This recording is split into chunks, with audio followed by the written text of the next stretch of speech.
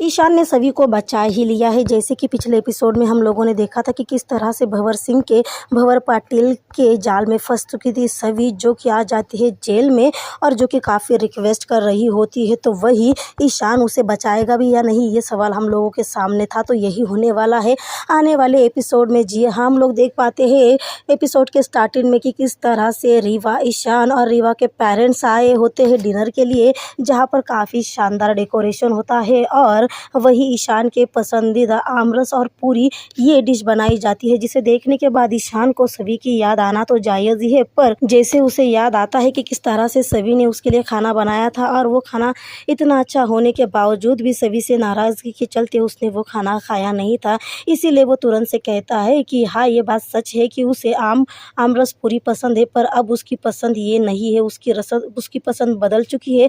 जिसके बाद रीवा उससे सवाल करती है कि रातों रात तुम्हारी पसंद कैसे बदल गई, और उसी दौरान बातों बातों में रीवा के पेरेंट्स दे देते हैं दोनों को सरप्राइज़। जी हाँ, दोनों को सरप्राइज़ देते हैं और सरप्राइज़ ये होता है कि शादी के बाद उनका 1 मंथ का यूरोप टूर होता है। जी हाँ, जिसके टिकट्स और एक प्यारा सा गिफ्ट होता है जिसमें लिखा होता है कि डियर ईशान और रीवा, तुम दोनों के अच्छे रिश्ते के लिए, तुम दोनों के अच्छा साथ, तुम्हारा रिश्ता सुख समाधान से रहे, कल्याण में रहे, और इसीलिए तुम दोनों का 1 महीने का यूरोप टूर, मतलब इस तरह से लिखा हुआ होता है। और उसी दौरान बातें वगैरह होने लगती है और पर ईशान पूरी तरह से खोए वाला रहता है सभी के ख्यालों में। जी हाँ, वैसे रीवा गिफ्ट पाकर बहुत ज़्यादा खुश होती है और डिनर को स्टार्ट भी नहीं हुआ होता है कि उसी दौरान हम लोग देख पाते हैं कि किस तरह से यहाँ पर पुलिस स्टेशन में भंवर पाटिल अपनी जीत का जश्न मनाते हुए किस तरह से सभी को टॉर्चर किया जा रहा था, सभी को घबराया जा रहा था और वही वो खुद महान बनने की कोशिश कर रहा था। जी हाँ, वो बस देख रहा था मुस्कुरा कर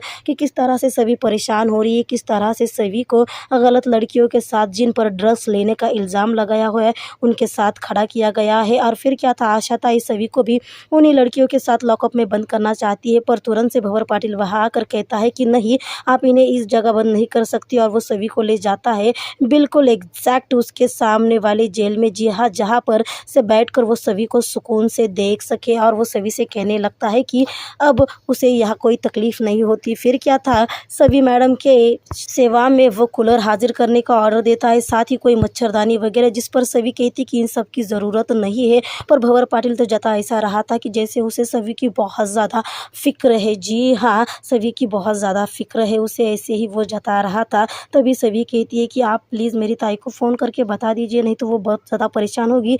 जिस पर भंवर पाटिल सभी को जवाब देता है कि उसने पहले ही हरिणी को कॉल करके बता दिया है। तब भी हरिणी वहाँ पर आ जाती है, जो कि काफ़ी घबराई हुई रहती है और सभी को इस तरह से लॉकअप में देखकर वो और ज़्यादा परेशान हो जाती है, जिसे बड़ी मुश्किल से कंट्रोल करती है। सभी ये कहते हुए कि ताई मैं बिल्कुल ठीक हूँ, आप बस जाइए और सुबह तक किसी लॉयर का इंतज़ाम कीजिए। जिस पर भंवर पाटिल हमदर्दी जताते हुए कहने लगता है कि सब कुछ ठीक हो जाएगा, और जिस केस में सभी फंसी है वो काफ़ी बुरा केस है और काफ़ी लंबा भी चल सकता है, और अगर रहा, मतलब लोगों को बाहर पता चला, तो सभी को आईएएस का एग्ज़ाम देने में भी दिक्कत आ सकती है। हरिणी हाथ पैर जोड़कर भंवर पाटिल के सामने मिन्नतें कर रही होती है। तो तभी भंवर पाटिल कहता है कि ठीक है, आप लोगों ने लॉयर भी लगा दिया तो काफ़ी सारी दिक्कतों की आ सकती है, क्योंकि पैसे तो बहुत ज़्यादा लगेंगे, शायद 4 से 5 लाख रुपए लग सकते हैं। जी हाँ, यही कहा है भंवर पाटिल ने, और वो तुरंत से आकर कहने लगता है सभी से कि आप घबराइए मत, मैं देखता हूँ मुझसे कुछ हो पाता भी है या नहीं। तो वही हम लोग देख पाते हैं कि कितनी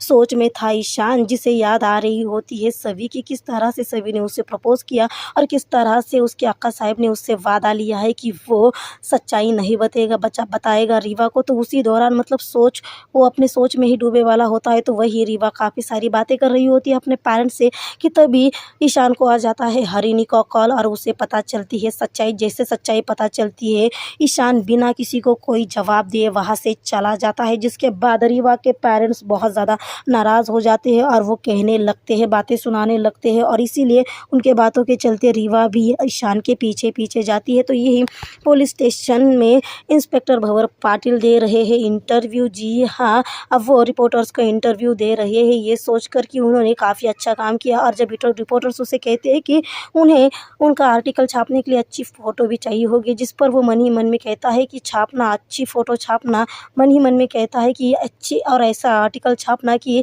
जिसे पढ़ने के बाद सभी को लगे कि ईशान उसका छावा है। और अपनी टोपी पहनकर वो काफ़ी अच्छी पोजेस देने लगता है। वहाँ से रिपोर्टर को वो भगा तो देता है अपनी फ़ोटो वगैरह निकालने के बाद, जिसके बाद वो आशा ताई जो कि वहाँ की कांस्टेबल है वो आकर पूछने लगती है भंवर पाटिल को, जवाब सवाल करने लगती है कि आपने ऐसा क्यों किया, क्या आप सभी से बदला लेना चाहते हैं। जिस पर भंवर पाटिल कहता है बदला ही लेना होता तो मैं किसी और तरीके से लेता, पर उसने कहा कि ढाबे पर मत आना और मुझे वो मेरे आंखों के सामने चाहिए, इसीलिए मैंने ये सब कुछ किया। मैंने कुछ ऐसा करना चाहता था कि वो मेरे आंखों के सामने रहे और इसीलिए मैंने ये सब कुछ किया है।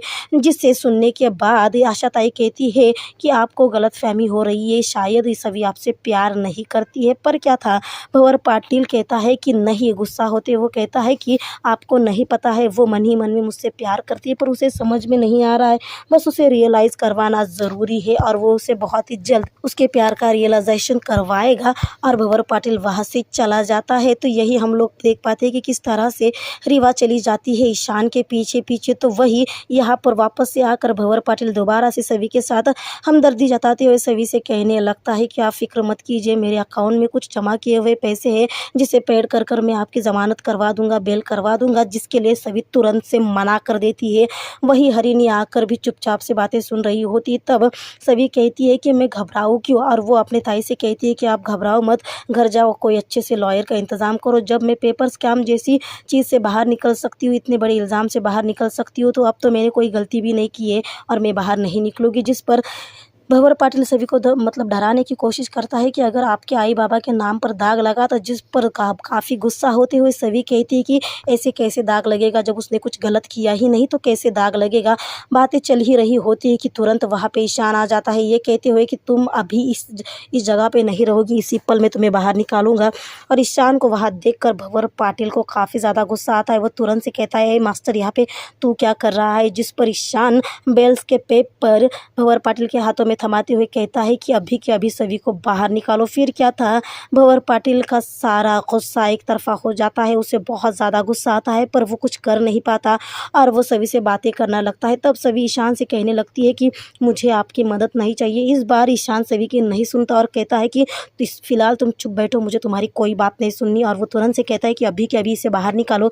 जिस पर भंवर पाटिल भड़कते हुए कहता है कि ये मास्टर, ये तेरा कॉलेज नहीं है, पुलिस स्टेशन है।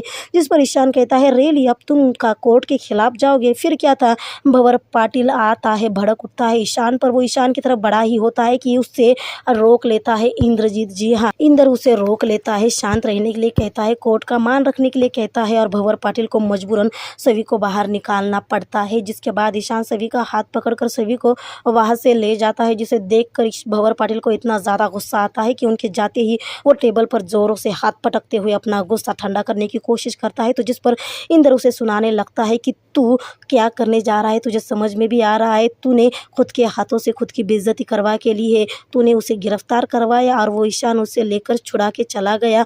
तूने उसके सामने हीरो बनने की कोशिश की, पर वह तो हीरो ईशान ही बना है और तू विलन बना है।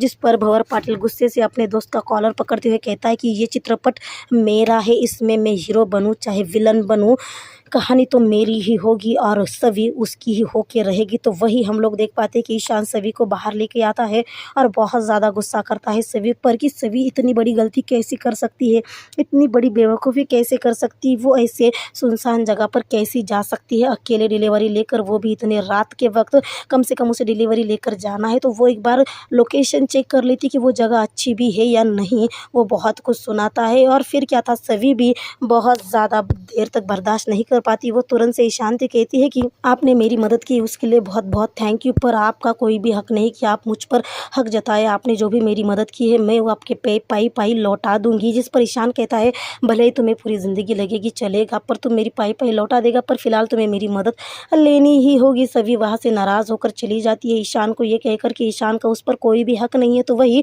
हरिणी ईशान से हाथ जोड़कर थैंक यू कहती है और सभी के बर्ताव के लिए माफ़ी भी मांगती है, जहाँ से ईशान चला जाता है। हरिणीताई को ये कहकर कि आप सभी का ध्यान रखिए।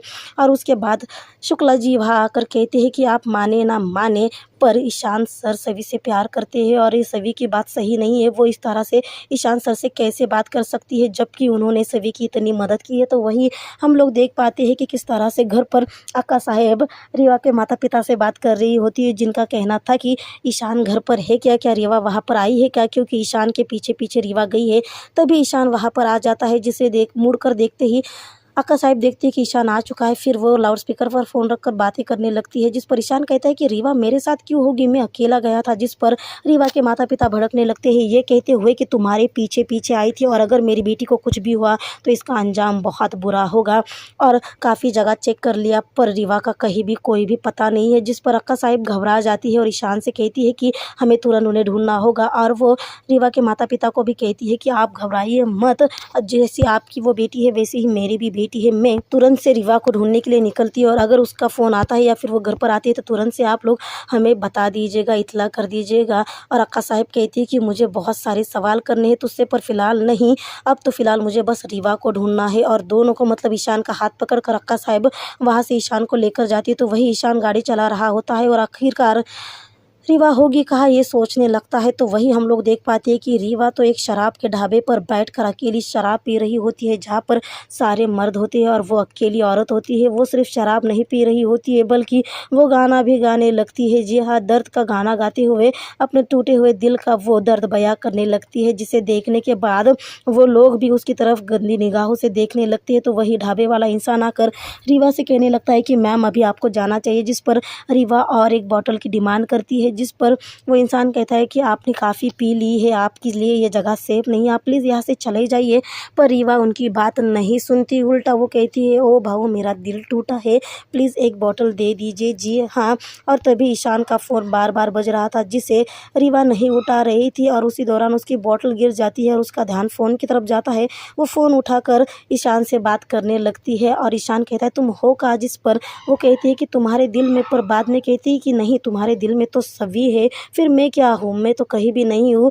और तभी वहाँ पर वो ढाबे का इंसान आ जाता है, जिसके हाथ में शराब की बोतल होती है, जिससे तुरंत से रीवा शराब की बोतल लेकर शराब पीने लगती है। और वो इंसान फ़ोन ले लेता है और बताने लगता है ईशान को कि आखिरकार रीवा है कहाँ। और ईशान जाता है रीवा को बचाने के लिए। वहाँ पर वो इंसान बताता है कि वो जगह सेफ़ नहीं है औरतों के लिए, और इसीलिए ईशान कहता है कि आप उन्हें कहीं भी मत जाने दीजिएगा, मैं अभी वहाँ पे पहुँच रहा हूँ। तो ज़रूर देखिएगा गुम है किसी के प्यार के अपकमिंग एपिसोड, जहाँ पर ईशान अभी बचाएगा रीवा को बचाएगा, मतलब वहाँ से सही सलामत लेकर आएगा। वैसे तो प्रोमो काफ़ी दमदार शूट हो चुका है। आने